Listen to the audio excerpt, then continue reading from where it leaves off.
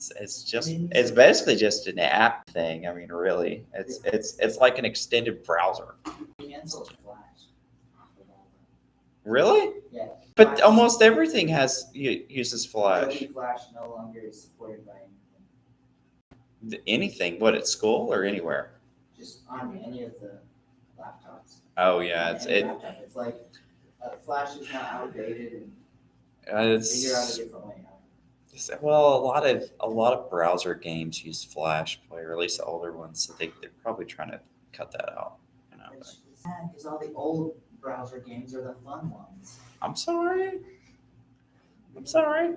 Hey folks, it is March the 15th, and this is our dual credit 1301 course, and we are still within our unit on the early republic, and so we're going to try to finish this up this week, and regardless of whether we finish it and move on or not, next Monday we are going to have our midterm, which is going to be over just this unit, the early republic. So that's from George Washington all the way up to James Monroe. And then we're going to start after that. So cool stuff. All right. So if you remember, we ended off last time, we were talking about problems with American neutrality. Remember, this is one of George Washington's founding tenets that he expressed in his farewell address, was that we don't get into big foreign messes. Well, Napoleon and Great Britain were having a very, very big, not a world war, but it was a multinational war. And we were trying to stay out of it while staying open to trade with both nations. Both nations got mad, and they started enacting restrictions on Americans. A lot of it was going against our sovereignty. So moving on from there, it's going to lead to the Embargo Act of 1808. Embargo, that's right. On June of 1807, the British frigate Leopard crippled the U.S. Chesapeake in American waters, killing 3 and hauling off 4 men. So, a frigate is a warboat, right? Yeah. It's a large gunboat. So one of our naval vessels within our territorial waters was attacked. And so, their frigate attacked us. Attacked us, killed 3 of our people, and by hauling off 4 men, these 4 men were accused of having actually being English citizens. And so because of that, they were impressed, captured, enslaved, and forced into naval service for the British Navy. Napoleon, meanwhile, enacted what he called the Milan Decree, vowing to seize any neutral ship that traded with England. That's including ours. So things are getting really hot. Both sides of the war are essentially saying, hey, because you're not our friend, you're our enemy. Jefferson declared the embargo of 1808, closing all U.S. foreign trade. So instead of just closing trade between England and France or one or the other, he's like, fine, we will have no more trade with any other country than us. He's going to do this because he's trying not to make anybody mad. He's like, no, I don't want to just not trade with you. It's everybody. I think everybody's icky. But it's going to completely cripple our economy temporarily. In the long run, however, it's actually going to kind of promote homespun businesses to fill in the gaps. This was an attempt to put economic pressure on Britain and France. It caused the worst economic depression since the founding of the colonies. Now, there have been economic depressions before this, even in colonial America. But since most people were subsistence farmers and grew what they needed, it didn't really affect most people. Now, it would affect people who lived in the towns, where you might have problems with where your money couldn't buy much, for example. There's not that many things in there. You might call that deflation. And of course, also restrictions on trade. Of course, a lot of them had to do mostly with wars, and of course, the British controlling our economy and not allowing us to trade with others. All U.S. exports fell from $9 million to $22 million.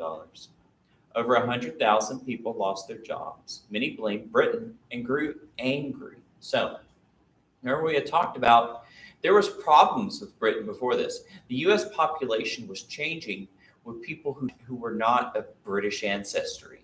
So they didn't have those ancestral ties to be loyal to England, even though we had fought a revolutionary war against them. We still kind of saw them as our cousins. Another thing is that the British were still seen as hostile parties along our Canadian-American border.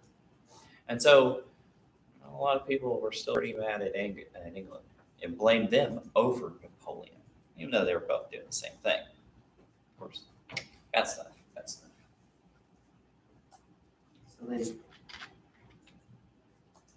So they preferred to blame Britain instead of France.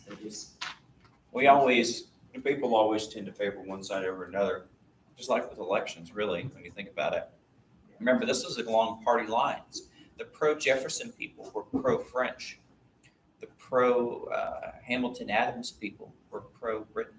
And so Jefferson was in charge. He was more of a popular person.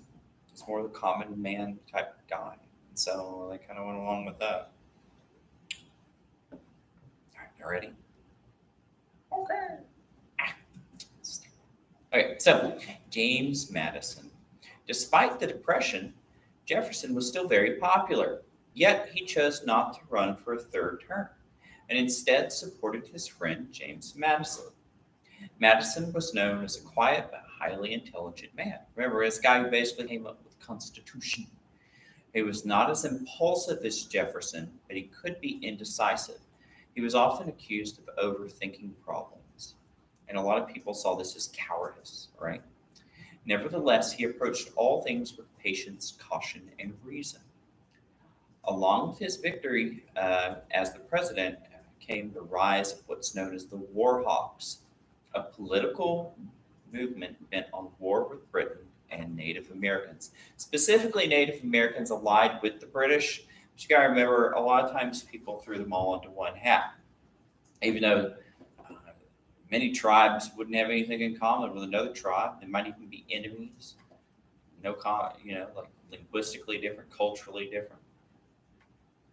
And so, yeah, the War Hawks were, of course, don't think of them as a political party, but think of it as a movement. So, like, you can have underlying political movements within a political party. Like, you might have the progressive movement today within the Democrat Party, or back 10 years ago or so, or maybe 12, you had like the Tea Party within the Republican Party. You still have these movements. They're not really a party, but they work through a political party. So these guys worked through the Democratic Republicans. Remember, that's the guys, like I just said, who were pro-France. And they saw the British as essentially not only instigating attacks along the frontiers, which they did, but they also saw them in the way of expansion. So a lot of people were like, hey, we whooped them once, we can do it again. Dot, dot, dot. Not really, but okay. So did you spell quiet? Yeah. Did I? Yes, sir. Man, yeah, it's spelled check.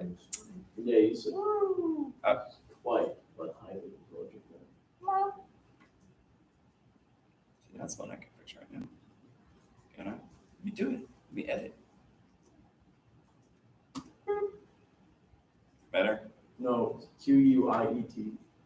Oh, yeah. Yeah, I put quit. Oops. There we go. Yeah, I've been trying to teach myself JavaScript the past couple months, and if there's one thing I mess up a lot, it's spelling. I can get syntax okay, but man, I don't know, my spelling always messes me up.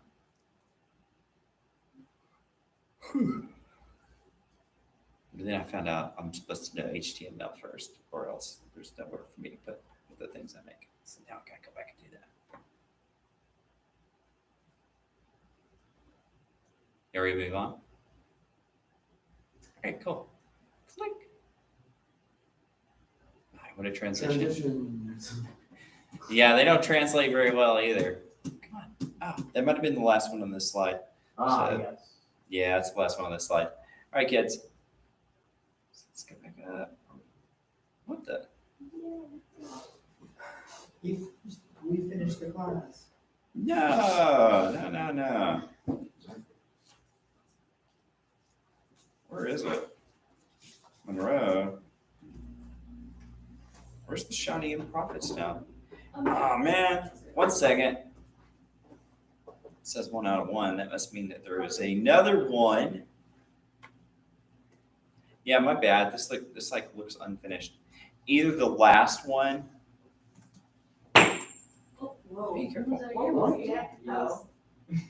What did I'll you figure out do? what that- I was just waving too fast. And Oh, just never mind. right out of my hand. Yeah, that could have been my face, you know. You know they want to keep the walls intact, right? Nothing happened. Honestly, I thought it fell on or something. I was waving like this. Wait a second. This one says good, the early republic. That must be the one I finished. This must be like an unfinished copy. I should probably. Good early republic. Yeah. The- I probably went back and fixed it, and after I fixed it, I didn't delete the bad one. So I have like awful duplicates. Yeah, this one does look bigger. Huh? And it only has like 2 extra slides. Okay, I found it. I'm gonna have to clean that up. I like all juice. Huh. I'm trying to find it. All right, so so Yes. the Warhawks. So why were the Warhawks so upset about Native Americans? Well, some of it goes around what we see as kind of like an independence movement amongst many Native Americans against what they saw as colonial encroachment, or I guess you'd say more like this wasn't really colonies anymore. I guess you'd say more like frontier encroachment from these new settlers. And that brings us to the Shawnee and Prophetstown. Around 1807, 2 Shawnee brothers named, I'm gonna mess this up. Tenskwatawa. Yeah, Tenskwatawa. Hey, that sounds great. You must be like an official Shawnee like medicine man. Go out the wall? Tenskwatawa. Yeah, Tenskwatawa. Okay. Which apparently means the prophet. And Tecumseh, like Tecumseh Sherman later on, created an Indian confederacy in order to reclaim their ancient ways of life. Or we've talked about Indian confederacies in the past. And so they're essentially tribes that knit together as a common defense. A common defense against who? Well, a common defense against settlers and, of course, the loss of their ancient ways and losing their land, their homes, and what they saw as death and enslavement. Together, they established Prophetstown in Indiana and found themselves at odds with the Ohio governor, Thomas Kirker. Tecumseh warned that they would stop white expansion by any means. And unfortunately, it didn't work. Tecumseh felt that the Miami, the Potawatomi, and the Delaware Indians had been tricked in the Fort Wayne Treaty, losing 3 million acres for a mere $5,200. So this is during a time period too, and we're going to especially see this later on with the Cherokee before the Trail of Tears, where you would have small groups of Native Americans who didn't, and some of them did, and some of them didn't have concepts of land ownership, right? And so you would have them sign away treaties for trinkets, for small amounts of cash, all of their lands. And sometimes you would have them sign away for other people who happen to live there. Or you might have somebody who says they represent the tribe, but they're not really a tribal representative, sell all the tribe's land. But the U.S. government would still say that that was a binding treaty. And so here we have Tecumseh saying, look, these folks have lost their lands, but you tricked them, and it wasn't right. So Tecumseh complained to Governor William Henry Harrison, later to be president of Indiana, that and both sides grew less trusting of the other. And Henry Harrison hated Native Americans too. He was a bitter racist towards Native Americans, and he hated the British too. So he's going to be one of those war hawks we're going to hear about. So here you have Native Americans within this new American territory. seeking to have independence, and you're going to have a war hawk governor who doesn't like them very much. So you have two sides arming up, getting ready for something to happen. That's not even $1 an acre. Yeah, right. I Not mean, even 50 cents an acre. if only I could like throw down some cash like that. Get some. Throw Yeah, down honestly- $5,000, get 3 million acres. Yeah, I mean, I'd just throw down 500, 520. I'd be happy. Yeah, 520, you get what? That's a tenth of that? You would get A tenth of a million. You would get I can live with 300 that. million. As long as it's enough for me to fly around on, it's fine. Yeah, you would get 300,000. No. Yeah, 300,000. Yeah, I could open up Jurassic Park with that much land. So. No, let's not do that again. I would love that. That would be great. You would own like an entire state. There's people who own that much land, like states worth of ranches and stuff. You know, I mean, it's doable. Of course, a lot of it's like nasty looking desert land. So, yeah. But whatever.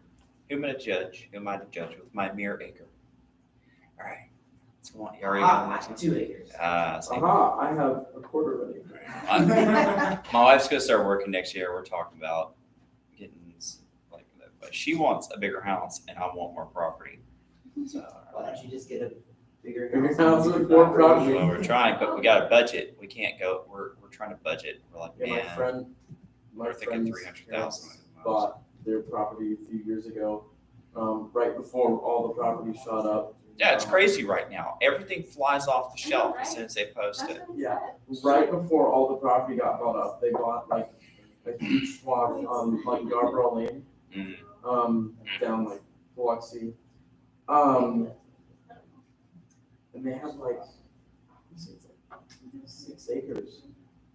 That's pretty good in Maybe town. even bigger. And it's like they built, or the house was built on it, and they've just been renovating that house, and they had like a barn out there, and then they had a shop that was already there. So they had like a bunch of stuff already there. It's like a really nice place. And then he got chickens, and then quail, and then they're getting like 2 huge bombs of bees. I'm like, bro, just get like some goats and some cows, and you'll be set. I'll do it. Um, Yes. Not to Ah. grammar page, just, Ah, both sides group, and then less is spelled. ah, the typo. You can tell, like I told you, when I made these, I would do it like late at night the day before. Just like my No, papers. no worries. I can't do this. I got to bed. This one time I went to take a nap and I thought I typed like a reasonable text, and then I looked at it later and I was like, what was I even trying to say? Yeah, It's like, every one of my C, texts. Y, Z, Z, Z. But oh yeah. Even like lumber prices now are crazy. Like Oh, 3 yeah. times as much as it was. I'm like, geez, can't even like build right now. I don't know. Hopefully it settles. Actually, factually. All right, so moving on to the War of 1812. So the Battle of Tippecanoe in 1811, where we have angry frontiersmen and militia attack and burn down Prophetstown. So this is in response to Indian attacks. Remember, a lot of these Indian attacks, further up north specifically, were from the British, and the British would bribe their Indian allies with manufactured goods, especially alcohol, and in order to attack the settlers. So these are proxy wars. These frontiersmen and these militia, remember, there was no real organized way for law enforcement or defense. So it was people who gathered together in posses, just like the old days in the colonies in the American Revolution. So after the destruction of Prophetstown and the massacre that ensued, Governor Harrison called for a declaration of war against the Indians and the British. Now, he wasn't president, so he was asking Congress to declare war. Many people, especially the war hawks, believed that the British had funded and provoked hostile Indians, like I just said. Though Madison strongly desired peace, the legislature voted for war with Britain and the Indians starting the War of 1812. So remember, the War Hawk movement was a big deal. A lot of people thought that this would be an easy war of conquest against the British and these Native Americans. Madison, however, did not want to do it. But according to the Constitution, it is Congress that decides when we declare war or not. The president simply is the one who enacts that after it's started, so or runs things as the executive. So that's how we used to do it. Nowadays, it seems to be more kind of like the other way around. So. Yeah.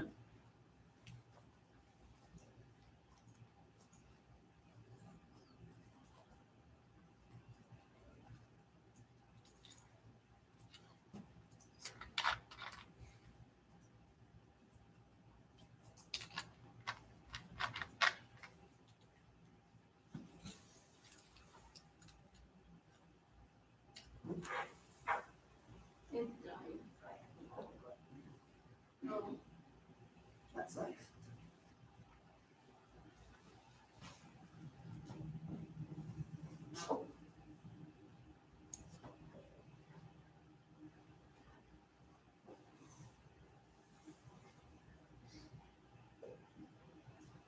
You ready to move on? Goody gumdrop. All right, some more on the War of 1812. Wait, no, see, now that's the end of the good one. All right, Ta-da. so, ha ha ha. Say what? Say what? Oh, I thought you said something. Let me think. Oh my God. The other U.S. history class is going to take their test on Thursday. They don't know this yet. Yeah, y'all are going to take yours on Monday, I think. Because look at this. You only got 10 slides left. Man, we might be able to do it Friday. Would y'all rather do it on Friday? Okay. More time on. Okay, Because that's but- work all week. Okay. But we still might move through on content. So even if we That's finish fine. the early Republic, we're going to move on with the Age of Jackson. Yeah, Andrew Jackson. the Age of Andrew Samuel Jackson. Jackson. I think my only day off this week is Thursday. All right, so War of 1812.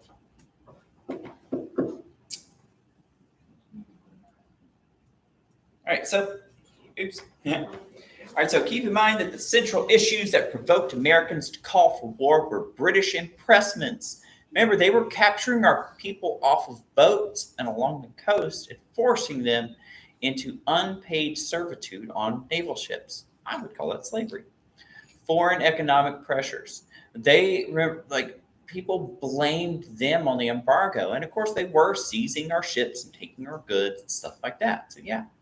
And Indian conflicts. True again. We began the war with almost no army. If you remember, Jefferson, to cut costs for the federal government, got rid of most of it. So we had less than 7,000 men. They didn't really have much of a navy either, fewer than 20 vessels, because that too was cut. So we started a war, we didn't really get ready for it. The Warhawks demanded a three-pronged land attack, very complicated matter, which led to disaster after disaster. So they were hoping for an invasion and even a conquest of Canada with 3 attacks at once. And it didn't work out so well. Harrison was successful in raiding undefended Indians, but lost to opposition. So whenever Harrison raided essentially villages, he did okay. Remember, that's Governor Harrison, who will become president later. But whenever he fights like organized militaries, and then do that well. The second guy, Major General Stephen Van Rensselaer, did the same in the east. So when our forces attacked from the east going up north, the British knocked us down. Henry Dearborn attacked Montreal, but got cold feet with his army. When he made it to the city, he thought that the defenses were way too much for us and wound up retreating without any extra support. So our attempt to invade and take over Canada didn't work out so hot. So, good for Canada. I think it's funny that they were like, yeah, let's start a war with our non-existent army. And part of these guys were hoping to. I mean, like they were seeing what Napoleon was doing in Europe. It's just conquering places. And they're like, well, we got Canada up there. And man, we really shouldn't have let the British have that after the American Revolution. We should have held on to that, kept it ourselves. I'm like, well, now's our chance. Let's just go ahead and finish the job. It didn't work out that well. We can take it now. But yeah, like, why would we? We have all the syrup we need. I mean, I go to the grocery store and there's like a shelf stocked with syrup.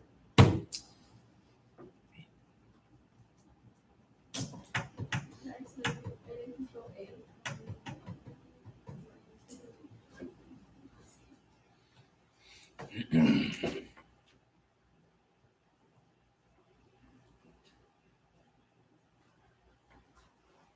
What's funny about Canada is so much of it nobody lives in. Yeah. It's just a big, vast expanse of like taiga and tundra and stuff. It's just like crazy, especially the middle part of it. I mean, a lot of America, we got a lot of like desert and mountain in America nobody lives in. So I guess it's kind of similar, like here in the Well, US. Canada's like more than half of it no one lives in Yeah. Yeah, almost everybody lives on the East Coast and because it's so South, cold. Southwest Coast. Yeah, yeah. I guess if you wanted to like disappear, like that's a place to go, but then you might really disappear and come bear poop. So it's not very good. All right, let's go on to the next one. You like Tuesday. Yeah, sure. Because they said Yeah, I mean, they got so many grizzlies up there, and grizzlies will eat you. Grizzlies can get very quickly. Black bears will run away. Grizzlies won't get you. blackberries will run away from me. Yeah, If you actually scary, yeah, black bears. How do you get a grizzly to Play dead, right? Or you have a high caliber rifle, maybe, and you're fast. But I guess that's about it. Who was the Stephen Van Ren? He was the general who led the kind of like the Eastern Front. So he had the Western Front Harrison, the Middle Front Dearborn on the Eastern Coast. It was von Rensselaer, I think is how you pronounce it. Yeah, essentially they were all three trying to do a well-timed attack up north at once. It didn't work out that well. If you remember, the British did something similar in the American Revolution. It was a disaster for them too, moving south. Yeah, it's a very complicated matter. I mean, it's hard enough to have timing with three people trying to march like that, at the same time. Like you ever watch like a new marching band, when they're just trying out stuff. It's a disaster. It's chaos. They get yelled a lot by the band director. But these guys weren't really that much of a professional military. We had 7,000 men. The rest were like new volunteers, not very well trained, militias who were used to each other, but not really training that hard. So they just couldn't do that. They were successful in things like small skirmishes, Indian fighting, and law enforcement. But actual warfare, like Napoleonic style warfare, no way, it didn't work out. And Napoleon trained his entire army just like forever. He did constantly, based on the original kind of things by Frederick the Great, the Austrian emperor, and he kept it and refined it. And then Napoleon made it even better because he's the first guy who really successfully used cannon fire to support the infantry movements. And so that's how he got a start. He was an artillery officer, and he was really good at using his cannons, knowing where to go on the terrain. And they're going to keep he's going to be so good at it that we're going to try to use those same tactics all the way through the Civil War.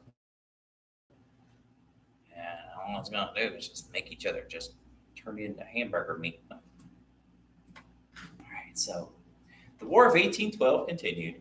One politician described the land war as a miscarriage without even the heroism of a disaster. So it was terrible, yes. But all was not lost. We're going to have two shining moments within the War of 1812. One is going to be in New Orleans from Andrew Jackson, as we'll get to later, right after the war's over, essentially. Of course, they didn't know that, especially the guys who died there. And of course, also, our Navy actually fared pretty well, especially on the Great Lakes. Back to this. We actually fared much better as a naval force. Our lead frigates for the Constitution, nicknamed Old Ironsides, the President, and the United States. That way, nobody would know where we came from. The Constitution managed to destroy one of the British finest vessels, the Guerriere. I don't know. The United States defeated the Macedonian as well. Meanwhile, during the first 6 months of the war, U.S. privateers, that's pirates, remember, even the Constitution says that we can actually hire out pirates and mercenaries, well, Congress can, captured 450 British merchant boats valued in the millions. So we're doing a pretty good job with on the water with both standard and non-standard means of warfare. So that's looking pretty good. Looking pretty good. I can't say I actually know enough why too. I was going to say something.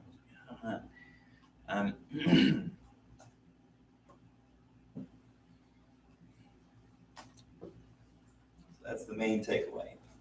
The Army did a terrible job trying to go to Canada, but the Navy was doing pretty good. Why was the Constitution called Old Ironsides? I don't know how I got that nickname. I've never really studied naval combat before.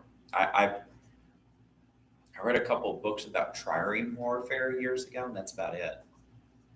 Like the ancient Greeks, and like the biremes for I think Carthaginians and stuff. But I don't know. I don't really know.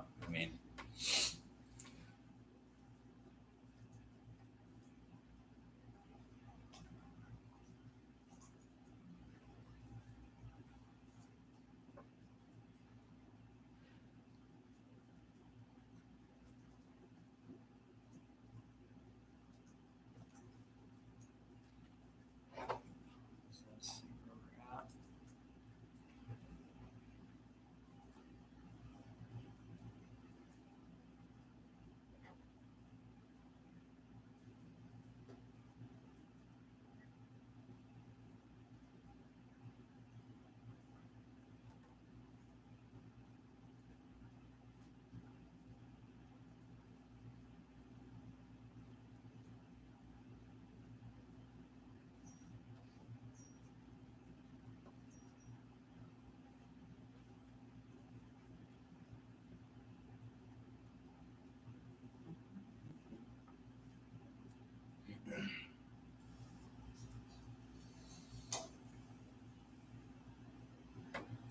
All right, so you're ready.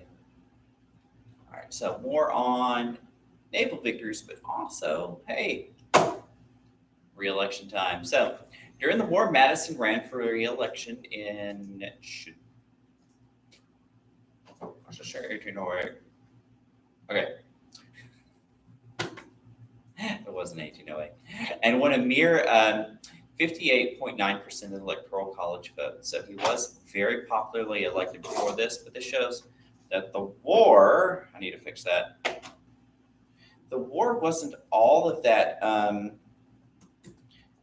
popular with people because remember Jefferson was very popular. A lot of Americans were behind that. And so it's actually 18. Another thing is too, is that like the economy was doing poorly. We're having disaster after disaster.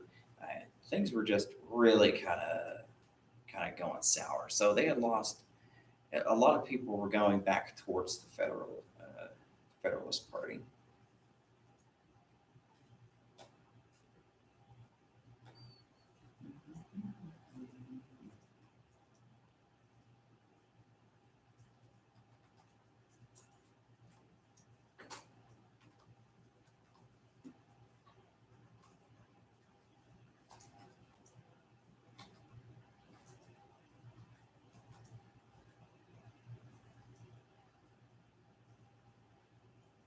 how did we transport warships to the Great Lakes?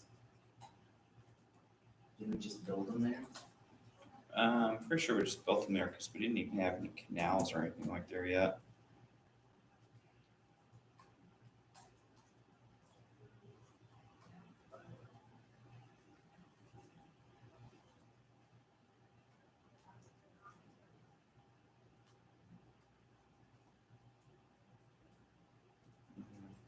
I fixed it. Yeah, it's.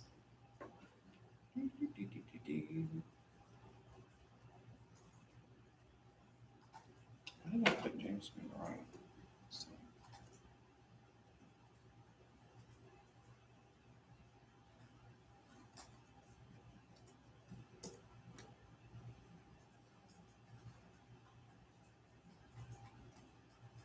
what does it mean when it says that he jumped off the boat? Okay, yeah, in September of 1813, well, here I'll read it to you. Oliver Hazard Perry bravely led the U.S. in victory at the Battle of Put-in Bay in Lake Erie. And so, like, since the Great Lakes are in between, like our northern states and Canada, this was a prime place for us to have naval warfare.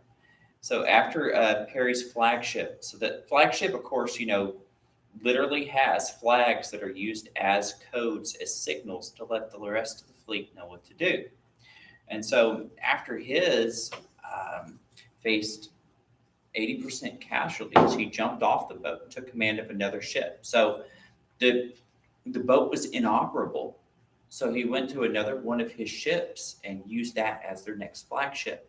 And then he led that ship into help capturing 6 British ships in 3 hours of close quarter combat, of course, with the rest of his navy. And he's famously quoted for saying, "We've met the enemy and they are ours." Or ours. Rallied by this victory, Harrison battled the British and their Indian allies near Detroit. There he defeated the British and killed his enemy Tecumseh, which led to the scattering of the Indian forces. So without the prophet around anymore, he was like, hey, goodbye. 1 second.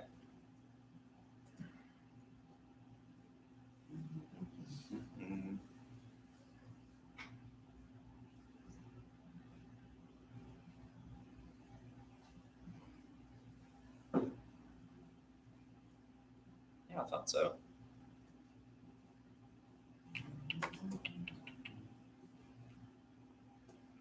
Okay, actually, I put down. I put down his real. All right, there, fix it. Another one. Yes. All right, what is it? Before 58.9% near, it's MERE. All right, like a meerkat. Wait, how do you spell it? Can't language be more straightforward? I was just complaining to like my 10th graders how I don't think the letter C should exist. And if it does, it should only make the ch sound. That's it. Because the ch sound. Nope, K can do that. And the S sound can be done with an S. But ch is made with a CH. Yeah, isn't that, why do we need 2 letters put together to make a sound? Why? Why do we need diphthongs like that? PH makes it sound the same as F, which does not make sense. Yeah, why is that there? Why do we have PH? But then my name would be spelled JOSEF. Yeah, so what? J-O-S. What? Standardized spelling wasn't even around until like a couple hundred years ago. People just did it phonetically, and it was, you could spell things differently, uniquely. Well, then how would you want? Everybody knew, if you knew what the letter sounded like, you could figure out how to say the word. Hey, okay, so changed it. Re-election was in 1816, and we're going to end it with that today. When we come back, we're going to end the war, and we're going to talk about James Monroe and the era of good feelings and all that cool stuff, and then our testable material. So yeah, we're going to finish that on Wednesday. Talk to you later, kids. Goody gumdrop.